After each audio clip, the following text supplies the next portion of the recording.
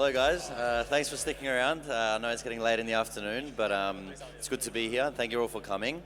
So today on this panel we have a pretty stacked panel here. I'm going to be talking about Appchain Interoperability. So I guess we'll start off by allowing you all to introduce yourselves, introduce your projects, and then we'll get straight into it. Start on that end. Hello everyone, I'm Karel from Union. At Union we do ZK-based interoperability and we're IBC compatible. So regarding this panel, we're basically the perfect solution for Appchain interoperability with whatever ecosystem you want. Hey guys, I'm JP from THORChain. So we've been building cross-chain liquidity for about 6 years. It works, it's live in a lot of wallets. Basically Bitcoin in, swaps ETH and ETH out. And the next phase of journey for THORChain will be rolling out its app layer. So we just recently announced we're upgrading to IBC and CosmWasm, and so we have an opportunity to merge in the Kujira ecosystem, Lavana as well, to build perps and whatnot. So I'm very excited about the future of THORChain and building in the a new L1 execution environment. GM, so I'm a product manager at Polymer Labs. We are bringing the best of Cosmos to the Ethereum side, and especially for app chains. And to enable them, we bring like IBC as the first use case for interoperability. Yeah, hi everybody. My name is Griffin, core contributor to the Archway protocol. We're a CosmWasm L1 in the Cosmos space. Marc from the Pyth Data Association, contributing to the Pyth network. It's a decentralized data infrastructure, mostly focused on DeFi. Pretty much have 500 price feeds available on 75-ish chains. And here to talk, I guess, a bit of the first SVM app chain. Perfect, let's get straight into it. So app chains are supposed to be siloed and sovereign, right? So why do they still need interoperability? Start with you, Marc. So maybe I have the different take because our app chain itself doesn't, it kind of requires interoperability, but this chain, as an oracle, we just kind of create the price feeds there. So very much, it's a very single purpose chain, receive input via transaction, create an output, prices. So we need the interoperability on the downstream user side. So overall, we pretty much just need a way to verify what comes from the home chain of Pyth, the app chain, on any chains we deploy. So I guess depending on what your product and your protocol is, you'll need different type of interoperability. Our main kind of focus is just, for example, like all EVM verification, Solana, SVM, CosmWasm, it's pretty much the same. So overall, depending on what your product is, you'll either need kind of cross-DeFi composability or just a way to communicate. Pyth is all about communication from one source chain to any chain. Yeah, so my take on interoperability is this. Like every chain is going to have its own use case or use cases, culture, community, and the like. And at the end of the day, users need to be able to interoperate between all those different communities and ecosystems. Just like the world structure where we have cities all around the globe, countries all around the globe, and they each have their own unique flavor. There's a reason to go to each of these different places, and it's really critical that they're all interoperable, that you're able to move from one ecosystem to another. Yeah, in my mind, the fact the word app chain exists is because of interop. Otherwise, every chain will just be like a generalized L1, which is trying to onboard users and building a DEX every time you want to launch an app. So the fact that you can focus on a single application on your chain and environment and still, use probably Uniswap from Arbitrum, have your price discovery over there, and onboard users to do this specific use case in your environment is basically, what interop enables. And Cosmos is like a very simple example of this because many generalized chains just died, and today you have Osmosis for trading, you have Noble to onboard liquidity. All of this is possible because of IBC, and like that is interop. I think over time, every chain will essentially become a tokenized US Treasury settlement layer.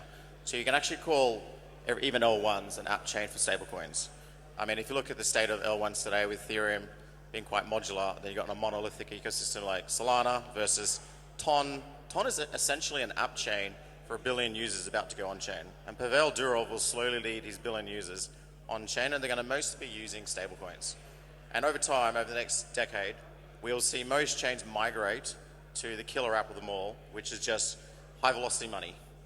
the tokenized euro dollar, exporting the US dollar overseas. Tether is leading that right now. And so you can basically see that every L1, as you said, a generalized execution environment, but the killer app is stablecoins. And even for THORChain, THORChain allows you, well, its specific application is swapping assets, but we have a lot of our traders actually settle back to stablecoins. So USDC, USDT, even on THORChain. In fact, THORChain stablecoin pools have the highest volume over depth, sometimes 400% volume divided by depth. So the entire pool trades on itself 4 times in a day. So even THORChain is an app chain for liquidity, but its killer app is actually the stablecoins on it, as well as Bitcoin and ETH. So I think framing in an app chain specifically focused on something, I can definitely see something like OnlyFans should actually move to an app chain. You know, they keep getting demonetized and debanked. They can put 500 million users on chain, whatever the case may be. I just throw out OnlyFans because that's actually the biggest app, right? The biggest opportunity right now is to bring OnlyFans on chain. Every one of you business people out there right now should be chasing OnlyFans and convincing the executive branch to go on chain. Who is going to deliver the app chain for OnlyFans? And by the way, OnlyFans don't want to have to deal with bridging, hacks, Binance, security, liquidity. So which one of you out there is building infrastructure to bring OnlyFans on chain? That's the opportunity to think about. Yes, I think like any sane chain actually doesn't want interop at all. It's the apps specifically that want interop, and obviously we're all building app chains here. So in our case, it's a little bit of a muddled view that we have. But any sane like L1, like Ethereum, actually wants to create a walled garden and have all of its apps and users and mainly liquidity be forever stuck on itself. Because we're all incumbents and we actually need to fight for our position in the ecosystem and drain away users, that's why we're so obsessed with interop and basically providing a better product than you find right now on a smart contract L1. Cool. So on the other side of that question, right, is there any situation where you believe that interoperability isn't required as an app chain? What was the question again? Is there any situation where you believe that interoperability isn't required? No, 100%. You don't want to be an isolated island. Right now, Telegram, TON, and I keep coming back to this because Telegram is one of the biggest app chains staring you in the face right now. But it's completely isolated. None of the bridges into TON are decentralized. So who's building the bridges into TON? They got 1 billion users. They listed Notcoin on Binance, and that thing went to $1 billion. Binance don't want to list Telegram, the TON asset, because they will instantly give TON so much liquidity and lose users to Telegram. Because Telegram has 1 billion people on mobile devices ready to trade on a wallet. So that's the only thing holding Telegram back right now is its interoperability. It's actually a very esoteric chain. Functional C is a very difficult programming language. A lot of Solidity developers just do not understand how to deal with a low-level language like functional C. So that's a bit of a moat right now, or the inverse of a moat. It's a bit of a walled. So that's a problem. So once TON sort out the interoperability, and who's building IBC for TON? That's a huge opportunity right now. And that's going to happen over the next cycle. So no, interoperability right now is holding chains back. I'd say you need a basic level of interoperability. Like take DoraHacks, Appchain. You just need a bit to be able to send your fund there and trade. Next step would be kind of composability. What if you could just keep your deposit on ETH, mainnet, and use them on DoraHacks chain on the exchange? So I think you need the base layer, you need the minimal kind of for your thing to work. And over time, you can actually build up on this. And actually, it would be great if you get more app chain that can just leverage, actually have more composability with other chains. I think that would be the next. We're yet to see it, I think, unless I'm forgetting someone. So I think that's the next big leg up for bigger interop. I think in my mind, the constant discussion we've been having over here is the fact that you can do interop even by running a relayer. You can read from Pyth network, but the fact that you can do it in a decentralized way, and you can also maybe verify that the information is coming from Pyth, that is the level of interoperability and the standard we want to start beginning our decisions from and discussions from. So in my mind, interop was always possible by simply running a relayer. The main discussion over here is how to do it in a secure and maybe a trust minimized way, and that will obviously always be required. Yeah, I'm going back to the former question. Is there ever a reason not to be interoperable? And the only time I can really think of it is if you really want to build like a walled garden for your ecosystem, right? Like interoperability can be seen as a really much a benefit for a lot of ecosystems. You get more liquidity. You know, it's easier for users to use your chain and everything else. But oftentimes I don't think we saw this with like Terra and a few other things. Like in cases where it's like you don't necessarily want to bridge to everywhere, or you don't necessarily want interoperability if your goal is to build like a walled garden. And so, you know, it's not necessarily the position Archway's taking or that our community's thinking about things, but I can definitely see a bunch of use cases where you would want to just build a completely walled garden in itself. Karel, did you have anything to add, or did you go to start? No, go ahead. Cool. What interop infrastructure does your protocol use and why? So Union itself is fully IBC compatible. We have made some changes to the protocol, mainly towards gas optimizations, because we deploy on different EVM stacks. We wrote our own Solidity stack for Ethereum, Arbitrum, etc. More recently, we're supporting a Move stack as well, so Movement Labs and Aptos. And really what it comes down to is taking a higher level view of IBC itself. Like, it has some really good features with regards to the protocol design, and right now it has some hard-coded features that assume a lot of Tendermint related feature sets, and that's what we removed with Union, because we had to be more generalized for everything we support. On top of that, because we're kind of battling against the gas cost, right, and keeping this as cheap as possible for end users, we leverage zero-knowledge cryptography for the kind of security layer. So instead of verifying hundreds of signatures on chain or really running a light client in Solidity, we actually just submit a ZKP for this. IBC is the best interop tech there is right now. Although when IBC first came out 3 years ago, we couldn't implement it in THORChain because there were 3 critical problems with it. One, it wasn't expressive, so you couldn't send, it could only send tokens and not instructions what to do with those tokens. So we held off that. Second, it wasn't baked into Tendermint, which I actually think is a missed opportunity, because right now all IBC relays are altruistic. They only run IBC channels because they want to, and as soon as they pull down a channel, then you can have like non-fungibility issues and whatnot. So I think it was a missed opportunity not to bake IBC actually into the Tendermint round robin consensus, because the third reason is you could bake in the incentives for both the carrot and the stick. So it doesn't have any slashing penalties. If you're running an IBC channel, you don't get slashed if you miss broadcasting proofs, and there's no incentive in the first round of IBC. And correct me if I'm wrong, has that improved since then? In the core spec, not really, to be honest. I think relayer fees have most recently been removed. It was actually our principal engineer, Hussein, who found the vulnerability that allowed for infinite mints to occur and got the reward for reporting this. The way we do it with Union is we kind of take the approach of seeing it as market makers that need to provide these feature sets. So I kind of dislike the word, but it's intent-based in the sense of we don't have live clients expire. So if no transfers are ongoing, no one needs to actually submit a proof. And a batch will accrue a certain amount of fees, and any relayer can settle that batch. So the idea is that they kind of compete against each other. They have a certain profit margin. One relayer might want to make a 30% profit. Another is going to see this opportunity right and set the profit margin to 25%. And that way you get the system of relayers that compete against each other, find some price equilibrium where the user gets good execution. So IBC is the worst of them all, but it's the only one that works. There's still some problems with it. I mean, you have to build in economic incentives. Because of these problems, we've never been able to build IBC into THORChain because it's critical that it's able to churn all its assets every 3 days. That's THORChain's catch me if you can fundamental. Every 3 days, it just keeps moving, and churns its vaults.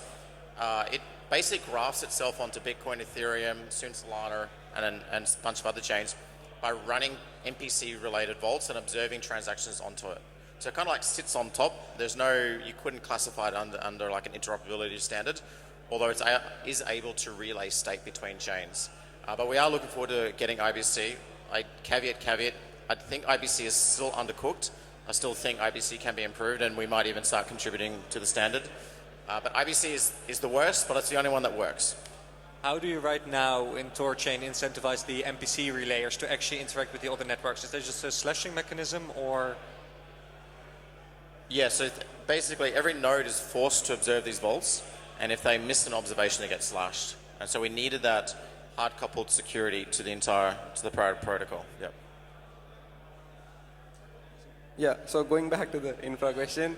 So to build like IBC to Ethereum side, we basically married like, the two concepts. So number one, Cosmos SDK to use vanilla IBC, and then OP Stack, which is like a roll-up. So we replaced Comet BFT or Tendermint from Cosmos SDK. So instead of building blocks that way, we basically use OP Stack to build our blocks and submit like our data and state back to Ethereum. So it's kind of the first time that you can actually audit like an interop protocol, what state are they reading, and then submit that state to Ethereum for anyone to like submit a fault proof and check. Yeah, so today Archway is obviously interoperable from a bridging perspective. So we have like Gravity Bridge implemented today, IBC. But we've only been really talking about the bridging layer. We're interoperable at the smart contract layer and the languages that developers build in. So today, the primary language that most of the developers build on top of Archway is in Rust. But we do have Golang also working and can be compiled up to WASM as well. And we're looking to support other future languages as well beyond that. So we have interoperability at the programming language for dApp developers. We also have interoperability at the bridging infrastructure layer. And then the third layer that I think is often like forgotten too is at the wallet layer as well, like making sure you're interoperable with all different kinds of wallets. So it sounds pretty like generic and expected based on that answer, but like that's how we think about it, is like, can we take any of these components and switch it out with another one, and is it going to be net beneficial for the underlying ecosystem? And that's how Archway thinks about the problem. From Pyth perspective, overall, like interop, we don't care about tokens itself. It's mostly just message passing, like general information from the source chain to anywhere else. So for this, like you care about verifiability of, okay, am I sending and using a proper message? And for this, we leverage wormhole tech pretty much. We use wormhole VA, and it's open source. So like actually we can expand. Now we have EVM code, CodeWasm, Solana, like Cairo. So pretty much we can go on 500 chains if we want to, using open source code, regardless of wormhole being live on this chain. So overall, like we somehow, 2-3 years ago, we picked this, and for the longest time we're like, okay, we'll just wait for wormhole to officially support the chain. After understanding, oh, we can just deploy ourselves, and using this like just open source, we can just like go everywhere. And like past year, we've expanded to 50 chains fully permissionlessly. Cool. So what are the best ways to enable interoperability, and what's some key considerations that developers or founders should consider when deciding which standard to use?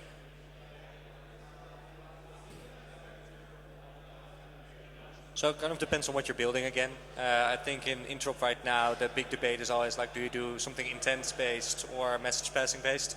If you're setting up a new chain or a new ecosystem, you have to have a message-passing bridge, because liquidity providers need something to rebalance in the end. Any like intent-based bridge transfer in the end needs one single message or multiple to facilitate rebalancing for solvers. On top of that, I think, do you want to have a dependency on any real-world entities? Like, are you going to depend on Chainlink oracles, Pyth oracles, or do you choose some tech where you don't have that dependency at all? As of now, I still think oracles beat out the fully trusted solutions in speed, but truly trusted solutions are actually, like, I think about to catch up, if not. On the Union side, like for various networks, like we generate the ZKPs in under 20 seconds, basically. So the additional latency of going full CK is so low that as a founder, you can actually choose to be fully permissionless and decentralized, and basically build a product that can facilitate whatever user you want. Honestly, the technology is so immature.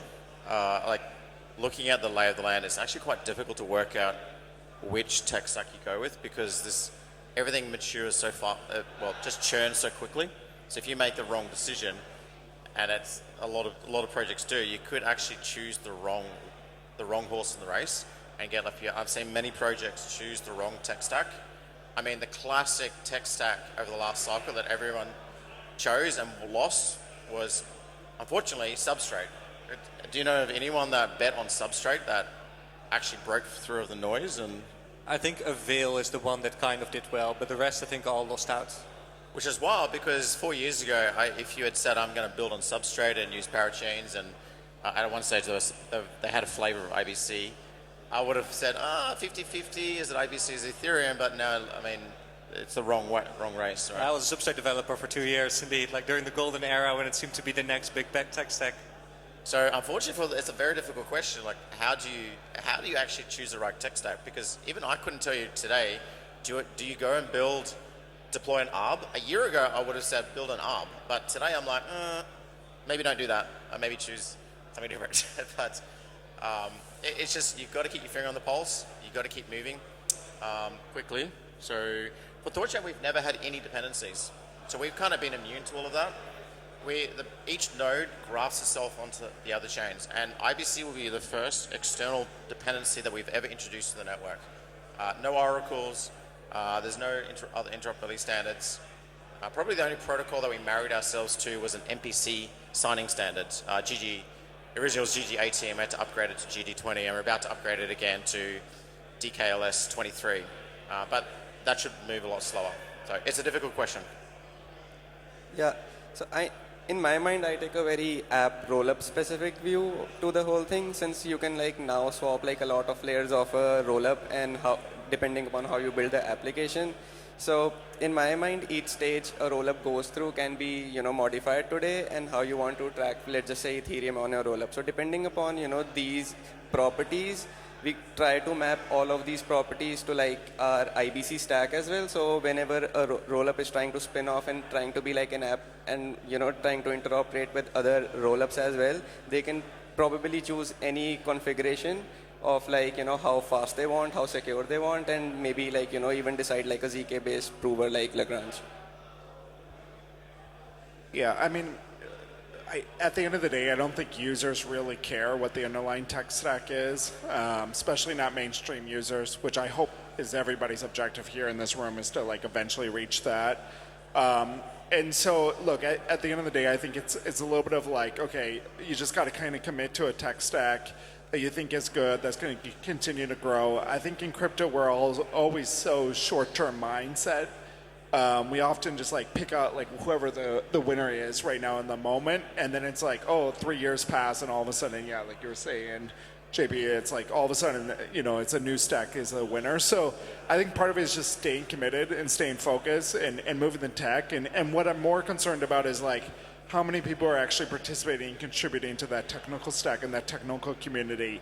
If one node or one actor decides to leave, is that tech stack going to continue to push forward? Is it going to continue to thrive beyond that? And so that's one of the reasons why we're a CosmWasm chain and building in the Cosmos spaces, because there isn't really a central actor that's investing in all the underlying IP. At the end of the day, the ecosystem is pretty interoperable. There probably a lot of teams will probably have to go out of business in order for the tech stack to not work out.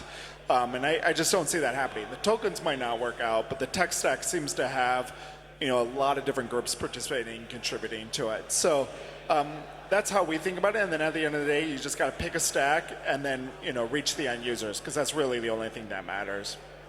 My single take would be don't overcommit or go down with the ship because of a single stack. Be able to change it if needed, because like every cycle you get a whole new stack that might be 10x more performant, more decentralized, more whatever.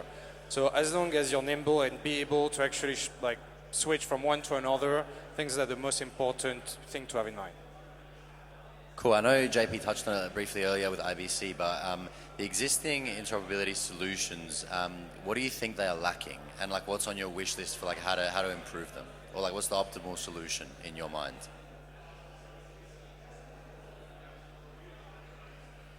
Yeah, I mean, my biggest concern right now, at least at a user acquisition level for Archway, has been like onboarding of users through wallets. Like, there's so much friction today. For instance, Solana-based wallets in that community, like they do not want to download a Cosmos-based wallet, or they refuse to download an Ethereum wallet, and vice versa. So, I wish there was more interoperability. We have Wallet Connect and all these other solutions, but like still the tech stacks haven't been obfuscated enough to basically handle that. So that's been like my biggest wish list, is like just better user operability there at that level. I was going to say, I've already raised it. IBC is almost there. I think it's the best. but it still can be improved. I think IBC should be baked into Tendermint itself. So it should actually be every node that runs a chain that wants to be a hub should actually run IBC protocol, and it should round robin the witnessing and then bake in the block rewards into observing the IBC packets. So I think IBC is almost there, but that's if you want to hard couple IBC to consensus, and there is probably an argument why you wouldn't do that, but in the case of THORChain's perspective, you kind of want to do that. The second point on user onboarding, I do agree, like people are betting heavily on an ETH-centric future, although ETH's a bit shaky at the moment because of the massive bifurcation of liquidity and user experience. I wouldn't bet on account abstraction and things like passkeys. I think it's retarded if you're going to give Apple and Google away your sovereign rights and pin your public keys, and you could get deplatformed by Google and Apple and lose your public keys. So don't use passkeys, seriously. I think the future is multi-chain, so any standard that's going to like wrap UTXO, monolithic, modular, and we don't even know how to like wrap Telegram yet, because Telegram has a very new and esoteric way of doing message passing between accounts and contracts. Honestly, there needs to be an entire abstraction layer over TON, and I keep raising this because TON is the biggest app chain in your faces right now. It will have 1 billion users before the end of the decade. Like it's going to happen, and like the future over the next 5 years will be UTXO chains, Bitcoin, Ethereum, and Ethereum-centric future as well. I partly subscribe to because of its very modular. We are going to have a monolithic stack like Solana, and that's a completely different stack. So Shill, multi-sig, it's an MPC wallet standard, open source, audited, free. It's actually downloaded on App Store today, but download it because it's an MPC wallet that supports Bitcoin, Solana, Ethereum, and all the chains. It's fully MPC, so it's basically multi-sig, but multi-platform, multi-chain. Check it out. I think a final feature addition that a lot of kind of centralized interop does really well that's hard to decentralize is giving you gas tokens on the destination. So what I'm bullish on is maybe not account abstraction as a whole, but more fee tokens or fee abstraction or paymasters across all chains. Right now, for like a centralized bridge to give you those gas tokens, they need to maintain inventory, right? Like rebalance that, figure out where are their users going, purchase those gas tokens of DEXs. So it forces every chain to kind of have a DEX to facilitate those trades. So from Union's perspective for IBC, giving you gas tokens on the destination is hard to do in a decentralized way. It almost has to be like a SaaS feature we tack on top. But with chains supporting many different fee tokens, we don't need to do that anymore. So that's really the feature that I want for the multi-chain world. Like just accept any token and let validators decide if this token is enough for them to include the transaction. I think I take a very different approach to the whole discussion. The main problem I think is lacking from Interop today is being roll-up aware. The fact that there are different roll-up stacks and each roll-up stacks work in a very different way. For example, you can have a roll-up which will not reorg versus a roll-up which will always follow Ethereum. Sending transactions between these different environments needs to ensure that this ordering will not change. No protocol out there is actually that roll-up aware that they ensure ordering, data availability, and also verification at the same time. Cool. Well, thanks, guys. Thanks for your time, and thanks for all of your answers and for being here. Appreciate it. Thanks so much.